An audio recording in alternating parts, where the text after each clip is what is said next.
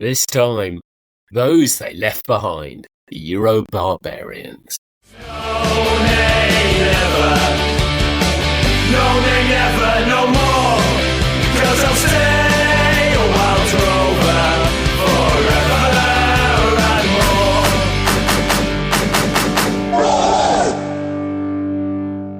more. Hello and welcome to By Far the Greatest Team, a podcast in which football fans attempt the impossible to rank once and for all who is the greatest team of all time. My name's Graham Dunn. I'm, as ever, making the case for Oxford United in all circumstances. And joining me in our special data studio today in a hotel lobby in Sarajevo, it's Jamie Rooney. Hello, Graham. Yeah, I just loving the background, the blue of Sarajevo. Yeah, doing a little bit of a trek. Was in Belgrade yesterday. Took a visit to Red Stars Stadium. But yeah, in Sarajevo at the moment. We've had a series of pods which have really been about teams that aren't really teams. Obviously, last week we were talking about brilliant Thames Valley Royals. The week before we were talking about the GB Olympics team, which isn't really a team. But this really isn't a team. We are taking us back to the Euros of 2024, where we're going to attempt to assemble a team of world beaters, or at least Europe beaters.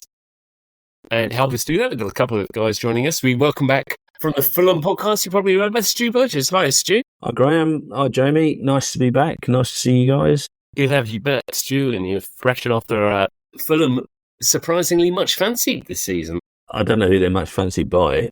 We kind of had a workmanlike victory over Leicester at the weekend, supported heavily by the Arsenal Academy, which is great. Smith Rowe and Iwobi doing the business there. Yes, happy days at the party. Happy days, and Stu mentioned the Arsenal Academy, and somebody who knows the Arsenal Academy pretty well, or at least the products of it. It's our other guest today. It's Arsenal fan Andrew Walker. Hi, Andrew. Hi, Graham. Hi, Jamie. Thanks for having me on. Good to have you there. And I suppose you've got slightly higher ambitions for Arsenal this year rather than Fulham. I think this is the year. We've been close a couple of times, but I think this is the year that the trusting the process we finally see. We finally see the results come May or April. I'll happily win it in April. That won't be a problem at all. So the pod we're going to do this week's given an unusual one for us. We're going to attempt to rank a team that we're going to create and build ourselves. And this was sort of stemmed from the great Euro 2024 tournament, which actually I think was overall was quite a fun one. I don't know. Stu, was Euro 24 good, bad, indifferent? Indifferent is probably stretching it a bit. I do tend to view these things through the very warped vision of an England supporter. I struggle to take a helicopter view and say, yes, the football was great, or yes, it wasn't. It's very influenced by the England experience. And whilst the England experience, ultimately, we got to the final, there were a few good games. None, kind of looking back, there aren't many that you kind of think will stand out in history as great tournament matches along the lines of, Brazil, Italy in 82 and so on and so forth. So, what about you, Andrew? There were an awful lot of 0-0s this time round. I think it was great. I think England going through to the final sort of made me watch it, I'd say, the whole way through. But I would actually say one of the highlights was probably the Georgia national team, who were absolutely written off by everyone.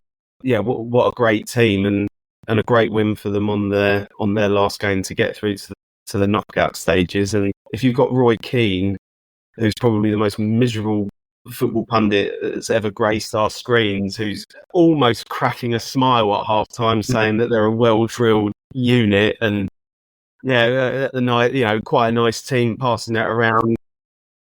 But when he's sort of singing your praises, you think, well, actually, that's probably a football team that have done all right there. So I did enjoy watching them. I thought the game that they lost actually against Turkey was probably one of the best games of the tournament, actually. The big difference watching tournaments of football now rather than, I think when I was watching it as a kid, you just watch every game. There's nothing else going on. You just watch everything. As you get older, you're sort of trying to balance other bits of life, and everything's a bit of a payoff between which of these three games today do I do I make a pitch to go and watch? And watching 3 games in a day is always a bit of a challenge, so you had to pick one. And of course, it's quite often based more on opportunity rather than particular timing. So it says, it turns out that the 5 o'clock game's the game I can watch today, and I've got a nice free house. And so when you accidentally stumble on Georgia, Turkey, what a dream! What a dream! Absolutely fantastic. Georgia were amazing. Do you know what? I love the fact it felt like a proper tournament again. After the World Cup in Qatar 2022, where you didn't have the same type of locations or the intensity that was played in winter. Before that, the Euros was taken around the continent. Michel Platini's idea that was cancelled in 2020 for obviously COVID reasons and moved to 2021. And then Russia before that, it really felt like a proper summer tournament since France 2016. I love that feel about it, even though it seemed to be raining every single game. Yeah, there was some spectacular rain in a couple of games, wasn't there? Was it 2 Danish fans dancing under some sort of waterfall? Yeah, they could have easily been at Old Trafford then doing that as well. Yeah, yeah. It was a highly enjoyable tournament. Spain, I think, Spain probably quite deserved winners in the end of it. But could we put together a stronger or better side? And this sort of idea really stand out, I guess, from me and you, Andrew, chatting initially about whether you could, all the players who hadn't made the squad. And there did seem to be a lot of top talent, both in the teams that didn't make it, but also in the teams that players that got left behind. Should there be a case for an additional team, a Euro Barbarians side, almost like a pro celebrity team that comes in? What do you think, Andrew? Should we have such a thing?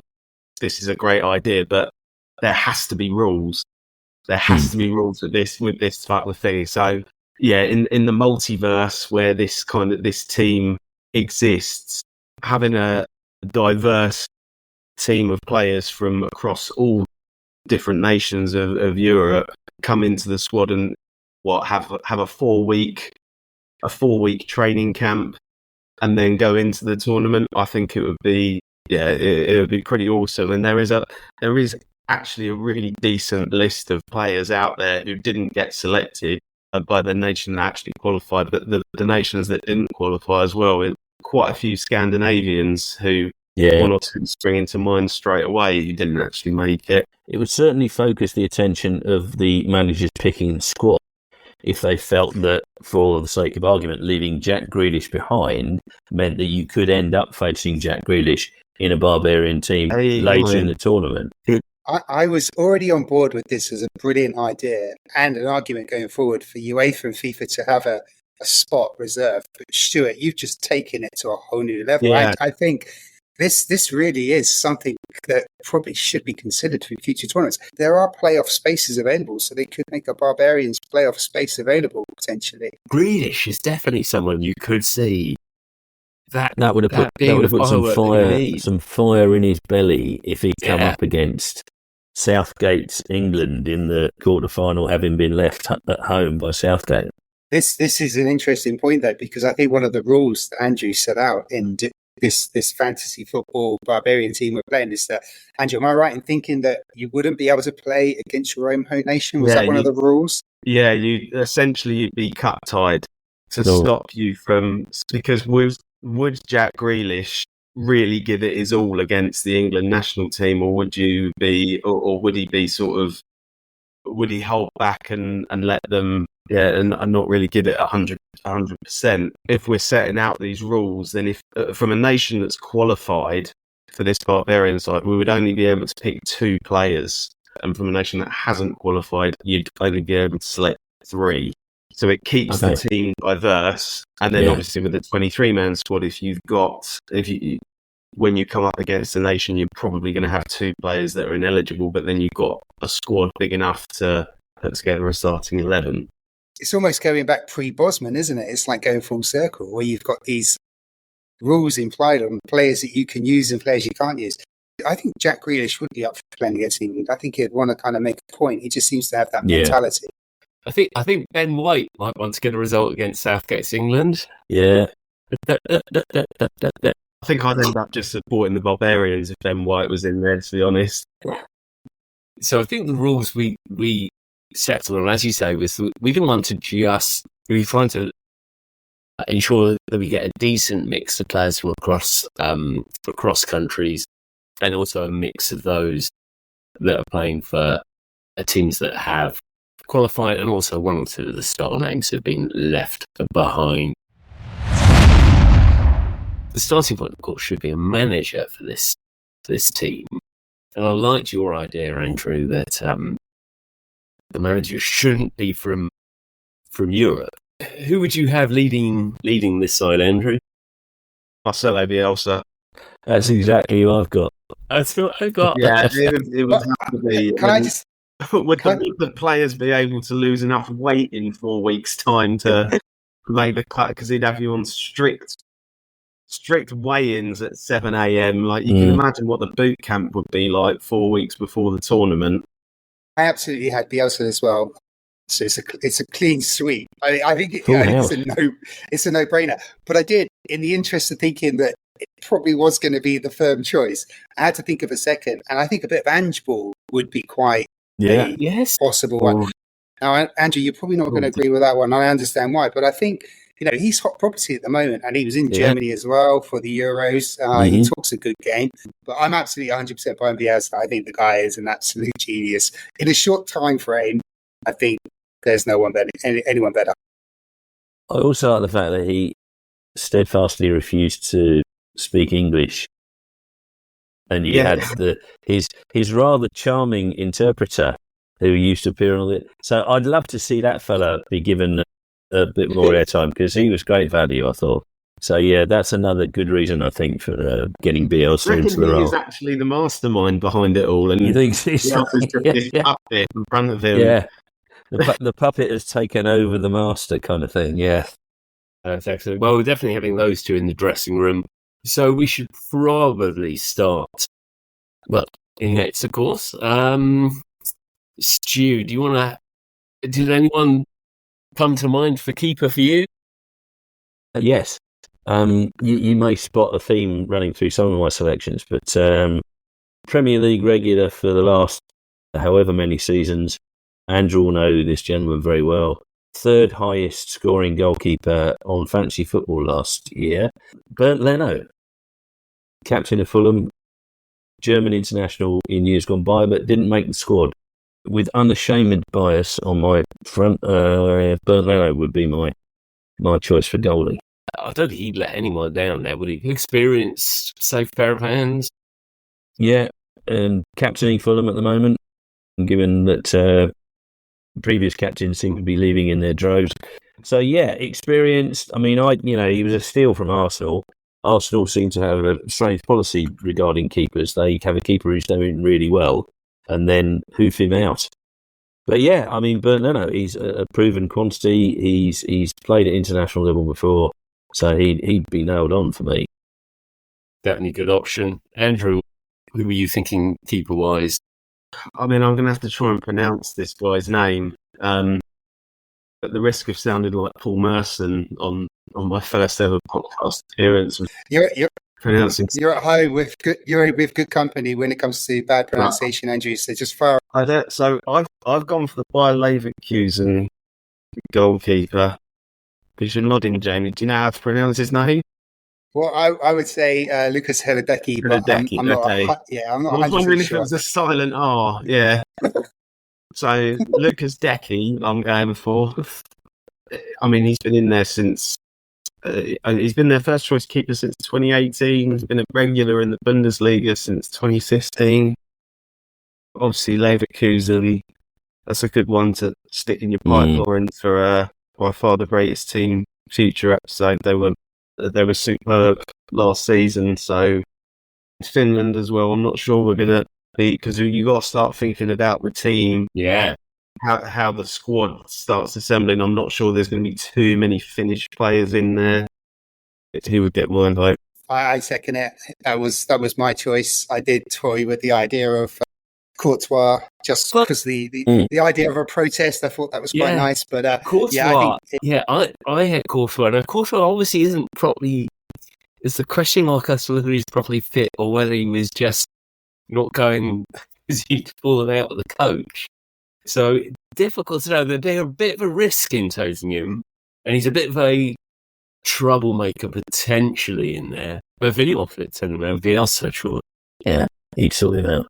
Difficult to think of too many other options. And I quite like Kepa at the Chelsea. There's quite a few. Bizarrely, an awful lot of people have played for Chelsea along the period. Quite a lot of former Chelsea All-Stars keep turning up on my list, but I think Kepa is probably. Well, I mean, what have you had to hang it? Well, I mean, I was going to say to Haya, so falling into the no, he hasn't played football until he joined Fiorentina recently. He hadn't played football for almost 14 months, I think it was 15 months. Yeah, I did think about the Haya, but there is a theme that Stuart has mentioned that I feel with the reference to Ben White that Andrew's got as well. Andrew may follow the theme. I'm definitely following that kind of theme on my channel. Graham, it'd be interesting to see how you follow that theme.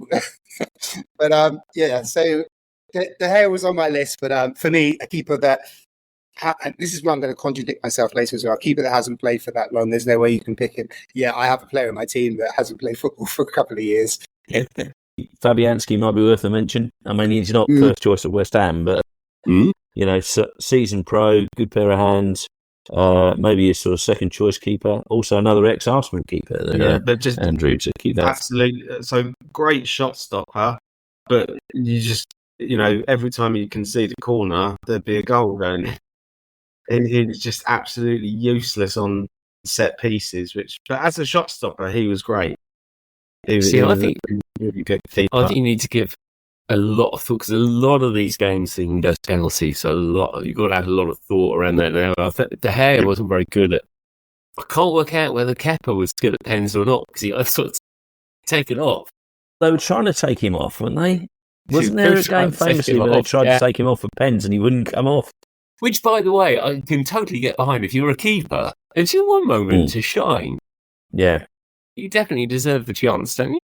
You would think. I like the Finnish chat, though. I won't attempt to pronounce him, but I think that's probably quite a good one in terms of... So are we going to ink in the Finnish chat? We're going to ink in the Finnish chat as our first choice. He's going to play in the final. Defenders. Andrew, who are you thinking? Do you have any centre-backs lined up? I would be getting on the phone and getting Sergio Ramos out of retirement for international football for one final hurrah. Yeah, like and that. Luring him in with the captaincy as well.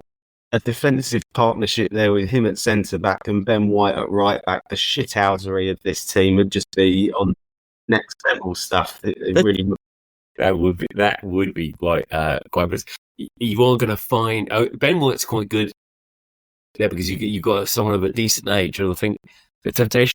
I came up with my first 4 or 5 defenders, of which I had Ramos as well, and then I realised I think my centre back pairing had a combined age of about 75. So you could do with some youth there. Stu, who were you tempted by at the back? I struggled with defenders, if I'm being honest. I mean, I have to say that I don't think my knowledge of European football is quite as wide as you guys. So I tended to focus on players that have played in the Premier League. But a centre-back who his country didn't make it, but I think he's captain of said country, is Victor Lindelof of Man United and Sweden. And got his way back into the United side, I think, halfway through last season and ousted Varane or one of those guys that they had at the back. And seems to have been around for years, but seems to be a very sort of dependable and solid sort of chap. So that would be my sort of centre-back suggestion. My other centre-back suggestion, because I said I was running out of options, was Issa Diop of Fulham. But I think I'm quite happy to already discard him as very much staying on the bench. I'm going to throw Mats Hummels in there. Ah, yes. Who didn't make German squad. I quite like the idea of Hummels Ramos. How old is he now, though? In his 70s, I think. Yeah, Graham, if you want to bring the average age of your centre backs down, Johnny Evans is available as well. Well, I did have, and I've got terrible pronunciation, but I did wonder about having Pau Pabasi, the Barcelona and Spain 17-year-old wonder kid centre back. What about you, Jamie? Anyone? Yeah, you've covered mine. So the two that I've gone for, so I've picked 11. I should state as well, the shape I've gone is what's used by most teams now is the 4-2-3-1 with the number 10 playing as the ball player. My two centre-backs are Hummels, who I absolutely loved and I've always loved, and got to the Champions League final with Dortmund this season, and a fairly decent season, a classy player. And yes, Stuart, thank you, Victor Lindelof. I am a Victor Lindelof fan. I think he's a very underused, has been a very underused centre-back at Manchester United. And they keep searching to buy some when they've got a fairly decent and able centre-back in the ranks that they don't seem to fancy. Yeah. When they change their manager every 12 months, he doesn't seem to go looking unless it's Jose Mourinho, who used to play him all the time. I like that.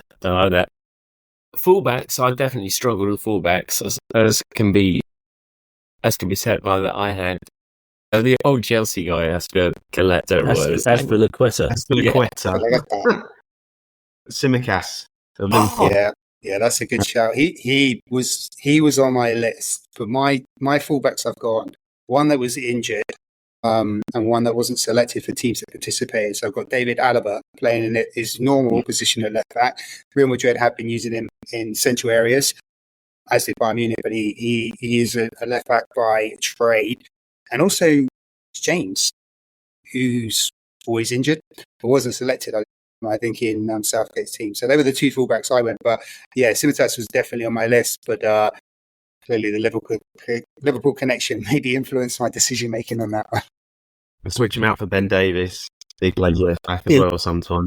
Yeah, I like I said, I really struggled with defenders. One I did come up with, and I'm surprised Andrew didn't come up with this, is Pedro Porro of Spurs, Spanish fullback, and who had a blinding season last season for Tottenham. And I was kind of, because I obviously sort of researching this, I was kind of looking through, and I thought surely he must have been in the Spanish squad, but he wasn't. He wasn't in the squad, so I put forward a case for him as right back. And then my other choice was unsurprisingly Kenny Tete of Fulham, who maybe I could put a slightly stronger case for him than I could for Issa Diop, but I'm not going to bother.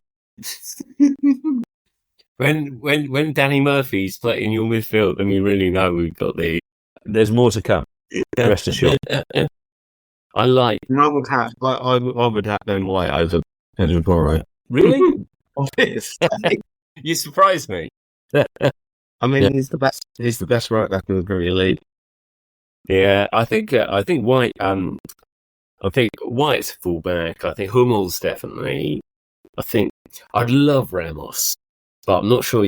I think it's got to be Ramos or Hummels, isn't it? I think you can't play that as a combination. You probably got to have a bit of pace there. So maybe Lindelof makes it in there. And we should have a left back then. Yeah. Is Bradley left back? Or taking or Simicas as left back. Let's do Simicas left back. I like that. Now we've got the defence sorted, and now it gets the exciting part, the midfield. So we can fine tune that formation, I guess, once we're there. Andrew, who did you have in mind midfield wise? Are we going with two holding? I think two midfielders. Because going back to what Stu was saying at the start, is this now where Gareth Southgate does pick Calvin Phillips and Jordan Henderson, because he can't possibly stand to play against them in this Barbarians team if he doesn't pick them. I'm struggling a bit for holding midfielders because all the best ones are already there. Abdullah Doucouré of Everton, maybe. Guendouzi. He didn't get selected for the French team, but obviously that's because there are several much better defensive midfielders in the French team. So, struggling a bit with these holding. I think I was resigned to this side was going to have to be a flair side anyway, wasn't it? I might be able to help. And this is where a bit of controversy will come into it because, like you guys, I've gone for a 6 and an 8 with one holding midfielder and the 8 doing the kind of the box thing, and my player fills that role. And then I've gone for a classic number 10 who plays in that position for his club side. So my holding player, because he's looking for a job right now, even if he probably isn't allowed to take a job right now, and that's Paul Pogba, who internationally has performed exceptionally well. I would pick Paul Pogba as I was struggling around for a decent holding midfielder. As Andrew rightly said, all of the good ones are either there or they're not European. So we'll have to get round the band, wouldn't we? I think I'm just passing that problem to you, Graham. I've kind of looked to you as the translator for Bielsa here. You're the one that's kind of piecing the Barbarians together. So I'm just going to see myself as the ideas guy in this room. Stu, what were your thoughts midfield-wise? You're gonna be very suspicious of this because I actually came up with this player about 10 days ago and thought holding midfielder, bit underrated. Country didn't make the Euros. Sander Berger, who was at Burnley, Norwegian, solid defensive midfielder. Fulham have signed him to take the place of João Palhinha. Now, no one can take the place of João Palhinha.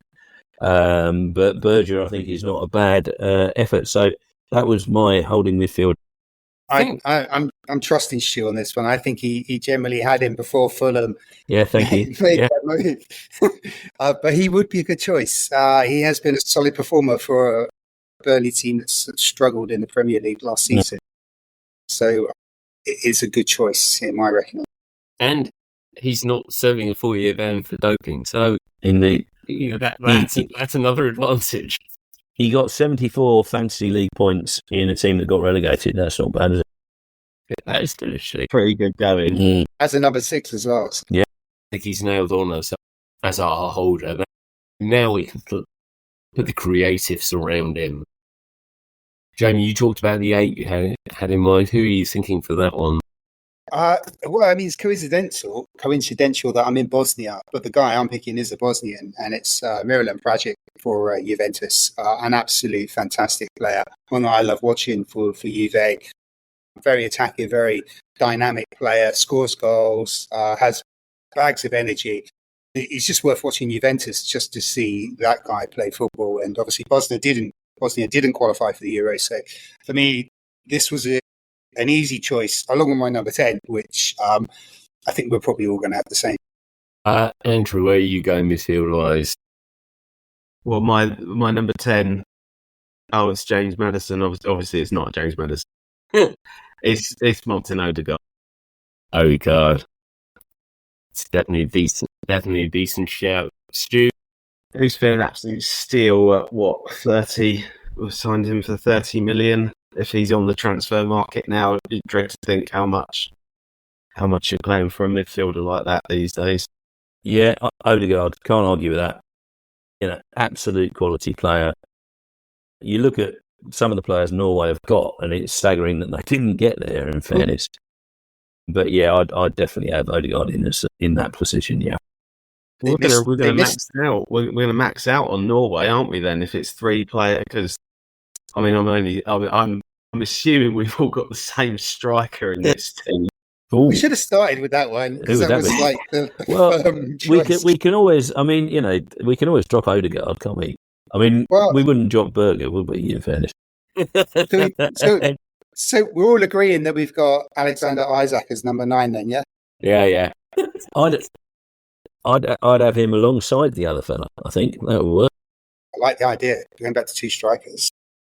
So up front we've obviously got Haaland up top. Who else are we? So maybe do we feel the number 8, Graham, or are we just accepting my Panic as the choice? Conscious that he's in the ring, but he's not firmed up. Yeah. Do we have any bidders for the number 8? Sorry, who's your number 8, Jamie? Miralem Pjanic Plays for Juve and Bosnia. A very dynamic and exciting player. Okay, yeah. Been around for some time. I don't think I've got anything that is going to compete, really. I've got Philip Billing from Bournemouth. The least likely.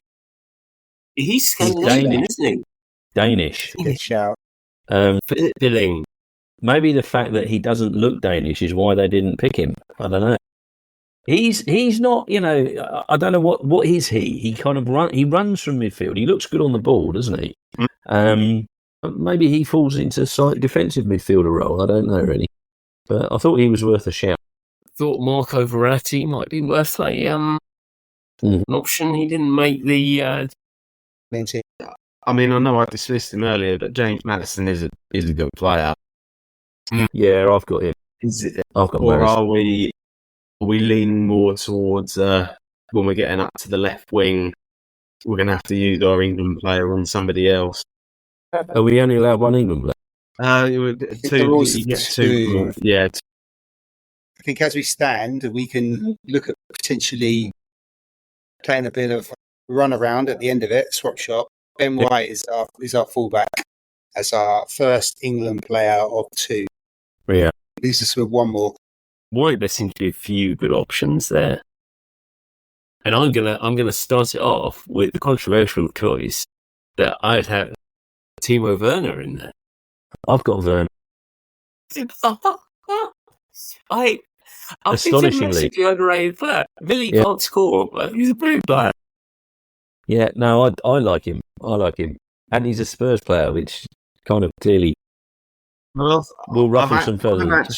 I've actually got Kulishevsky. Yeah, as do I. I've got him as well. So I've got Kulishevsky as well, same as Andrew, and I've got him on the right hand side of my 4-2-3-1. Yeah, Kulishevsky was definitely in mixed squad. I've got him on the bench, in there. Impact sub. Did anyone opt for Grealish? I have him on the left. Yeah, absolutely. Yeah, I've got him on the left. Yeah, he's got to be there. And he's above Rashford. I'm afraid. Yeah, there's no Rashford doesn't go for me. Even in this Barbarians team, he's staying at home. He missed his 2 cuts. Yeah, but I think argument for the captaincy as well. If you're leaving Ramos behind, actually, I think Jack Grealish as captain would be a great shout with this team. I think he'd go. Really? You wouldn't go for Odegaard as captain? I'm just thinking of like what this team's all about. Graham said it's got to be about flair, attacking, a bit of shithousery, Grealish encompasses those things, I think. Yeah. Do you not think I like the captain question. I hadn't prepared for that. I'm just thinking it through now. But if we're going for Bielsa, he'd want a proper chief on his captain to do his work on the pitch. And Mats Hummels seems to fill that place, that kind of elegance and experience and all of that kind of... I mean, I like the idea of Grealish as a captain because lead by example would be fantastic. But yeah, I think I'm trying to think how Bielsa would be thinking about this one. Well, if we're gonna think like the outset, we need to recognise that we may not have space for Grealish because we might have to play Patrick Bamford up front instead of Haaland. Calvin Phillips. Yeah, Calvin Phillips. That's of course, yes. I'm now rethinking it. If anyone could get also we need to put Daniel James in here as well. Then, if we're thinking that way, yeah. Well, are we saying that Leeds United slope would have won Euros? Who did he have as captain on that league, the Championship side? Luke Ayling? Was Luke Ayling his captain? I think it might have been Ayling, wasn't it? He was a fullback, wasn't he? Yeah, Ben White playing for them as well, didn't he? Well, there you go. You'd have Luke Ayling at right back. This is getting better and better. So I think, so Grealish and Kulishevsky are decent options. You could have, I'm just thinking some of the other guys. I mean, that's in Immobile, be quite good. In Kunko, I haven't seen much from a 30 players in the Chelsea guys. He's the ex-Leeds guy, isn't he? Or is he at Leeds? Is that in Kunko? Or am I thinking of someone else? No.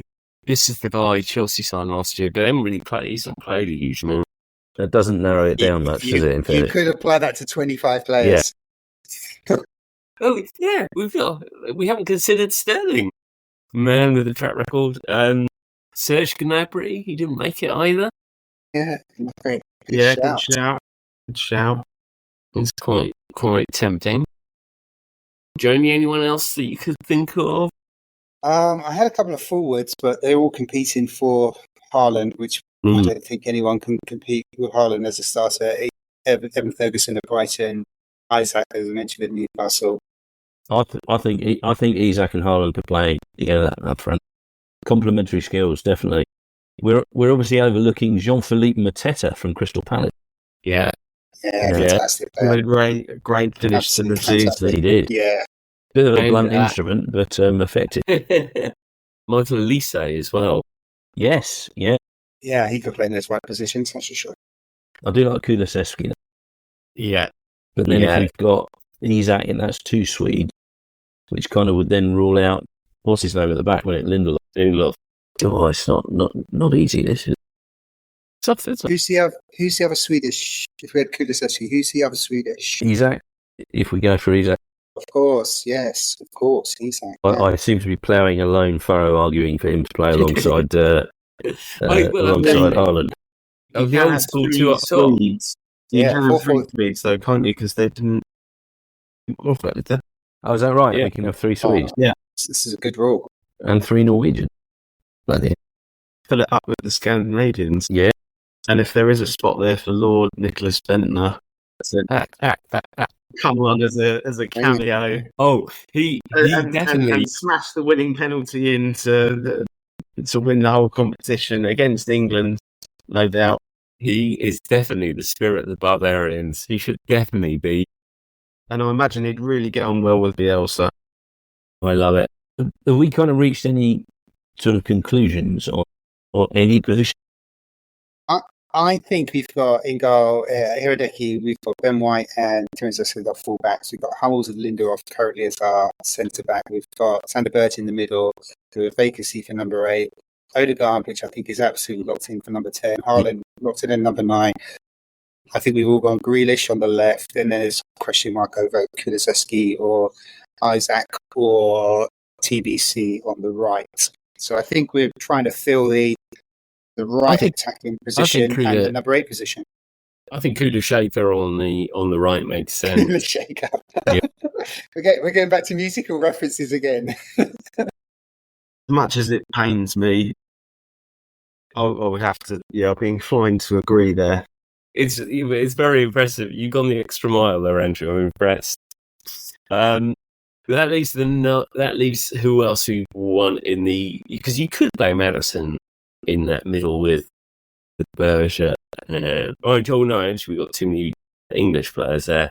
We could go with. I'm happy with your this lad from Juventus. Yeah, who Jamie was talking about. Yeah, he's a good player. He's not just thrown in there because I'm in Boston. I'm trying to bond with the locals. He's a tidy sort. So, and I think it's a solid side. I think you've definitely got the best manager at the tournament. Yeah, I think it's eligible. You've got the best front four, because that's pretty impressive, isn't it? Odegaard, Grealish, Kulusevski, Haaland. Yeah, that's a match for almost anything. I'm not suggesting the only Fulham player to make the cut. There might be a question mark over him, Sanderberg. But that's pretty... I mean, there must be better holding midfielders. I don't think there is, though. I really struggled looking at it. I mean, the fact that I've thrown Detour, I mean, the only other one you can probably have a case for is Jordan Henderson. But would you want him there where that move to Saudi and then subsequently the move to... Yeah, I mean, I know he moved back to Ajax, but we didn't really hear much about what was going on there. He's kind of, I don't think you'd be wanting to take him to a tournament. To be like, well, Gareth Southgate didn't, so no, I like that. I think that's a solid. I think we've got a solid 11 there. how far do you think this team could progress? Was Georgia the lowest ranked side Mm. in the tournament? So if they were, for argument's sake, if they went in as, if you form this team and then they go in as the wild card as the lowest ranked side, then they're in a group with Portugal, Turkey, and the Czech Republic. So Which I would firstly, say, I would see this team getting results certainly out of those games. On a player-by-player basis, they'd be better than a lot of the countrysides out there. It's, would they gel as a team? I think we're giving Bielsa quite a lot of work to do here, because we've shoehorned some players in there, and he's going to have to make it work. So we've given him the ingredients to make any number of meals, really. It just depends on what he chooses to do with them. But yeah, I think they'd have a shout. They'd definitely have a shout against, certainly, Also, I didn't think, actually, apart from Spain, I didn't think there were any particularly outstanding sides at the tournament this year. Can Bielsa get the best out of the collective? And there's not a massive difference between what Bielsa would be doing on a short-term basis to what most international teams have to do, or most international coaches, because they only get their players together for a handful of games every year, every season. There's not a massive world of difference between what the task that Bielsa would have to do with this misfix of Barbarians to what a Gareth Southgate has tried to do with gelling an England team together as well in terms of the time frame. So I think Bielsa would have the cachet to pull this off, because I just think his ideas are so intense, and the way he works with players is so unusual. I think he would be the perfect choice to go on, and we're gonna see some of this play out. He isn't going to have to cherry pick the players, but he is taking in Uruguay to the World Cup finals in USA, Canada, and Mexico in a couple of years' time. So we're going to get a flavour of how Bielsa can manage international teams in the next couple of years. I know he's done it previously, but in his latter stages. Yeah, and he sits on a bucket, so I don't think you can argue with that. The question is, how is Ben White going to respond to Bielsa? This is either going to be magic, or he's on the first part back. I think he'd be really fired up. I think so. I think people love playing for Bielsa. But I don't know. If only for maybe not for a lengthy, but I think Jamie's hit the nail on the head. A little 4-week kind of tour of duty. And Ben White would be the only player in the Barbarians team who had actually declared himself out for his nation. Yes, and then go and play for a different team. Which I think he'd love it. But would he? Because he doesn't like football. And No. White doesn't like football. Okay. Did you not know this? No. He's openly said he doesn't really enjoy football. He's just good at it. Oh, fair enough. Bizarre. really weird thing, isn't it? You thought it would go hand in hand. If you're good at something, surely you'd enjoy it. When you just the joy of being good at something. I mean, it's not an experience I've ever had, but golfers, painters, musicians, it must be a sort of self-fulfilling thing, mustn't it? I don't know. So there's only a couple of other small bits of business we need to work out. Obviously, this team needs to have a kit of some kind. Andrew, any thoughts to what the Europe Barbarians should wear? Yeah, I think I am a rugby fan as well, but we've got to take a leaf out of the Barbars and have I think the socks, a sock from your nation and a sock from your club. So every player's got different socks on. But the actual kit's got a bit. Are there any nations that have a black kit? New Zealand Rugby Union. Apart from that, I can't think of any. Well, apart from football-wise, I don't think there is. A lot of second kits have been black shirts, but yeah, I think that's a really good question. I'd be happy with that. Anyone want to argue against that? I was thinking dark European flag, so dark blue with yellow stars on it. Obviously, the British players wouldn't be allowed to play then, would they? Picking up on something you said about the socks, Andrew, was it when my son played at about under 9? They had I won't name the team, but they had a coach who was a bit of an idiot, took himself enormously seriously, but he had this thing where the kids would wear one blue sock and one yellow sock, and they would wear the blue sock on their stronger foot. So all the team knew that if you were passing to Francis, his stronger foot was left, so he wore a blue sock on the left foot. And I actually thought that was quite a good idea. And I think there are certain, could translate that to the Premier League, because there's a lot of players that seem to only have one foot, and in some cases I can't tell which foot it is. So it'd be handy for both spectators and their teammates, I think. Don't you find it amazing how there are, these are professional footballers and paid hundreds of thousands of pounds a week, and they can't kick a ball with their weaker foot, and there's so many there where it's crikey, he's on his left foot, he can't. Yeah. He can't strike it. I mean, there's one of the best two-footed players I've ever seen live was Santi Cazorla. Was just brilliant. Like, it didn't matter where he was standing or where the ball came to him. He was just a totally two-footed player. But they are quite rare. They are rare, aren't they? So if he was a two-footed player, what he would just wear? There'd be one player on the team wearing 2 blue socks or 2 yellow socks. I assume this was the Epsom and Ewell District League under 9s. There were no two-footed players. In fact, were there other people who didn't get to wear a blue sock at all? Yeah. Somebody just wore 2 yellow socks, yeah. No, not for you, mate. Yeah. Finally, of course, if this team was to be successful, mate, lining up for the European Champions Championship final, what theme tune? What I say theme tune? That's going to tell you where I'm going for this. 'Cause for me, there was an anthem to come out to, and it's difficult to have that. Me and Jamie were talking about this only on a couple of podcasts again. For me, we're talking about the Euros. What better than going for gold, the theme tune to the Euro-inspired daytime quiz show hosted by Henry Kelly and written by Hans Zimmer, of all people. I can't immediately recall that tune to mind, Graham, strangely. Well, I've sung it on a previous version. I don't dare do it again. Yeah. All right.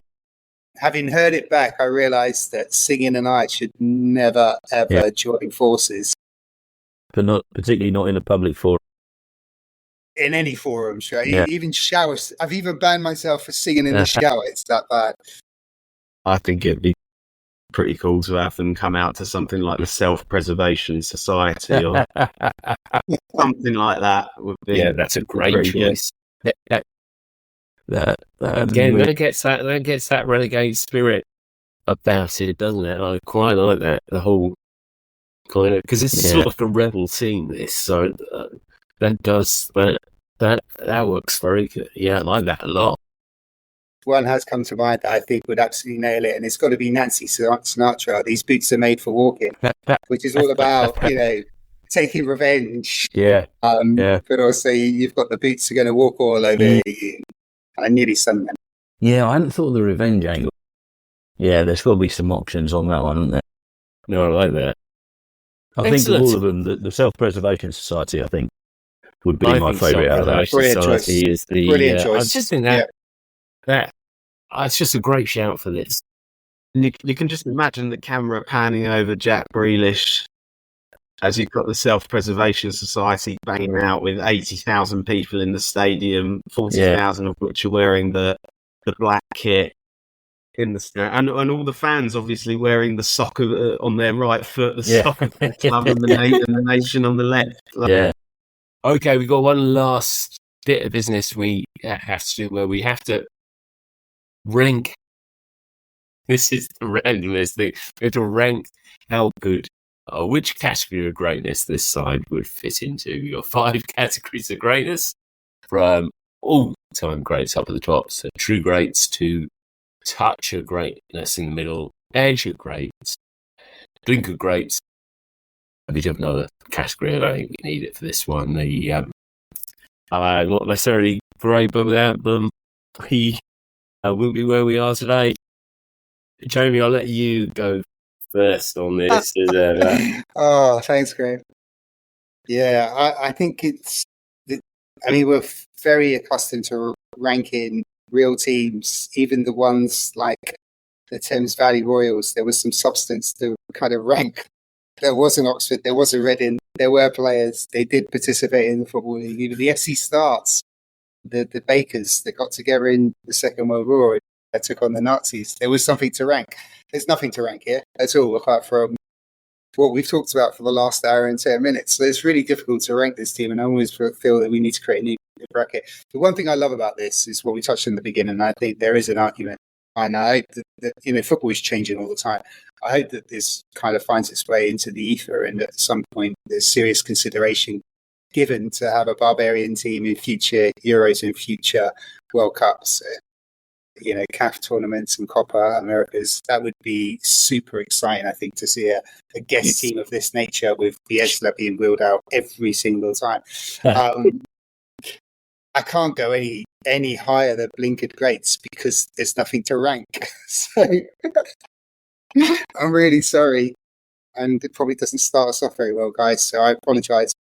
What about you, Stu? So I would go edge of greatness. That's right, is it? Edge of greatness? And I think because there are obviously some really, really good players in there. But as you said, Jamie, it's a completely untried and untested formula. So I think potential for greatness. I think Bielsa is the man to push them over the edge. But at the moment, they are at the edge of greatness. Avery, where would you go? I would second that. I think if you look at them, it's a great team up top. They'd score goals. They'd get out of the group for sure.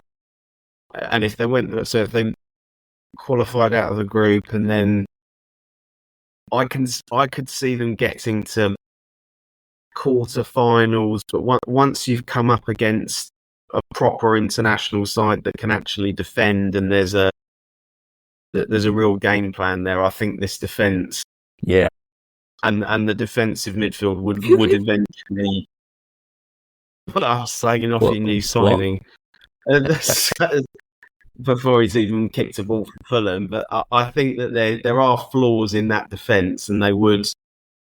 Maybe after they've had a few good games scoring freely, maybe in the group stage, when it comes to that nitty gritty knockout international tournament football, they would probably become unstuck. I think we could improve the defence by replacing Ben White with Pedro Porro. Well, agree to disagree. Okay.